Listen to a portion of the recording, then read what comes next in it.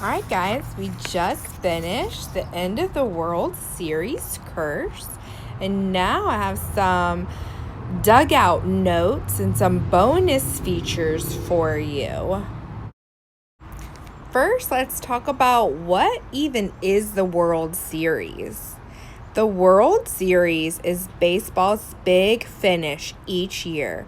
It's a series of up to 7 games played between the two best teams in baseball. One team is from the American League and the other team is from the National League.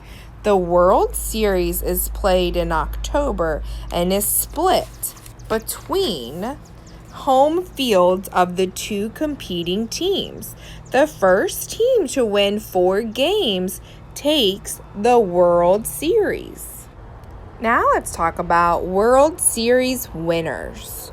So far, the team with the most World Series wins is the New York Yankees.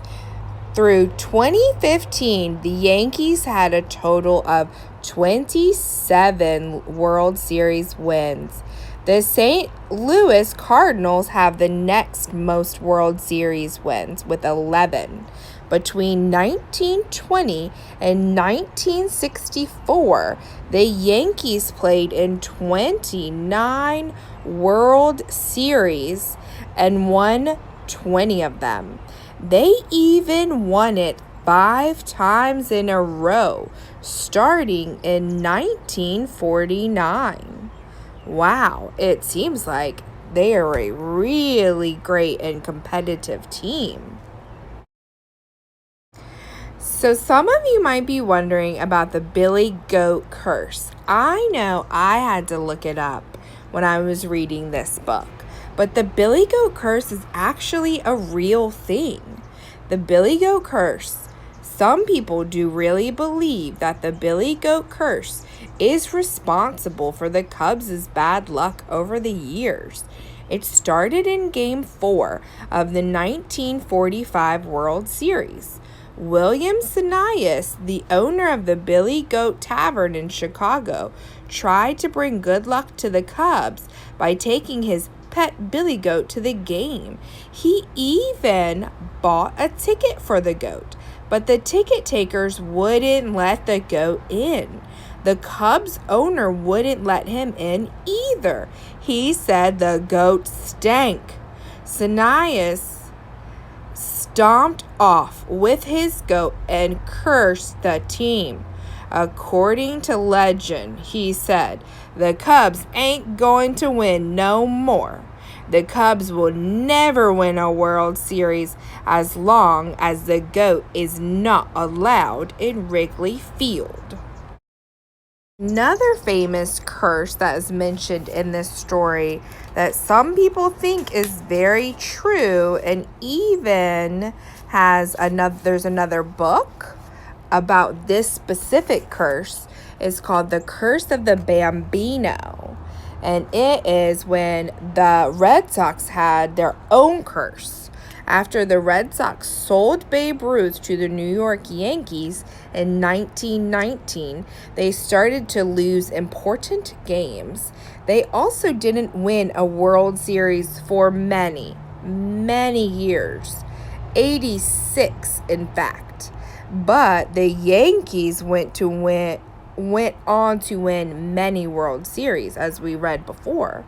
Some people said the Red Sox were cursed because they had sold one of the best players of all time to their rivals.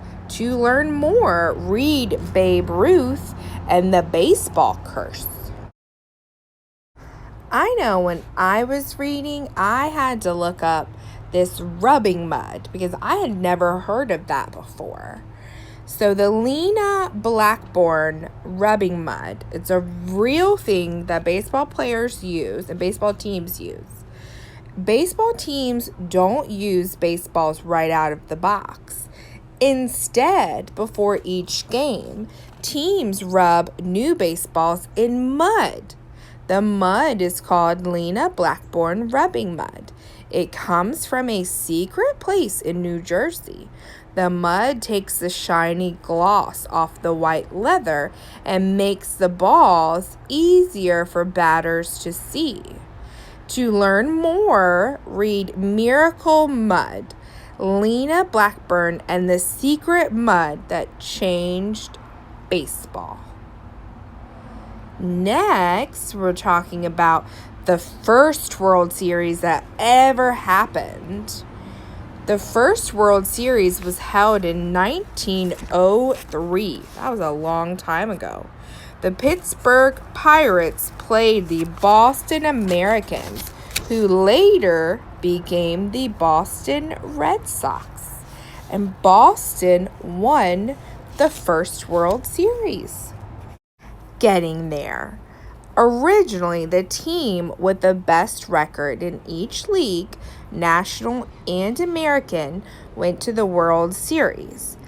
But since 1969, there have been playoffs, the American League Championship Series, and the National League Championship Series to determine which two teams will play in the World Series.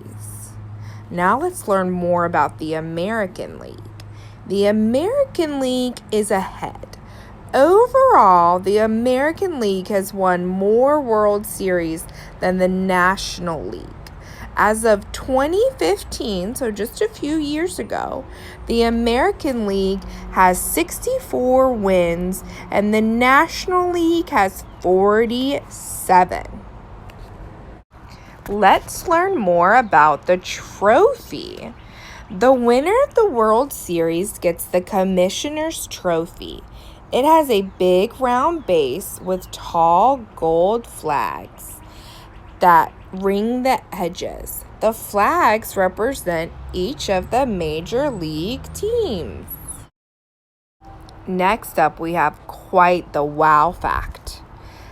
There was even an earthquake during the World Series. On October 17, 1989, the San Francisco Giants were playing the Oakland Athletics in San Francisco. It was just before the start of the game. It was just before the start of Game 3 when an earthquake struck. The Loma Prieta earthquake was strong. It caused the stadium to move back and forth. The quake knocked out power and caused damage to the upper deck of Candlestick Park.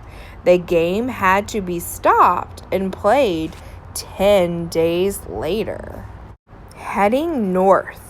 The World Series was played outside of the United States for the first time in 1992 when the Toronto Blue Jays from Canada played the Atlanta Braves. That truly made it a World Series. Home field advantage is a phrase that we hear a lot in sports, especially baseball. The World Series is up to 7 games long. The first team to win 4 games wins the series. If the series goes to 7 games, the teams play 4 games at one stadium and 3 at the other. That means one team gets to play an extra game at their home field, where the cheering fans may give the home team an advantage. The teams split up the games so that each team will have some home games at the start. The first 2 games are played on one team's field. Then the series moves to the team's stadium for the next 3 games. If there isn't a winner, the teams return to the first team's stadium for the last 2 games. The team or league that gets the home field advantage is decided by the All-Star game in July. For example, if the National League team wins the All-Star game, the National League team in the World Series gets the home field advantage. The more you know, I guess, huh? And now here is the adventure, the base, totally true adventures, Babe Ruth and the Baseball Curse. If you would like to check out another book written by the same author about a different but just as interesting baseball curse. Thank you for those of you who joined me in my reading of this really interesting mystery. I feel like I learned a lot about baseball from this book, and I can't wait to read others like it.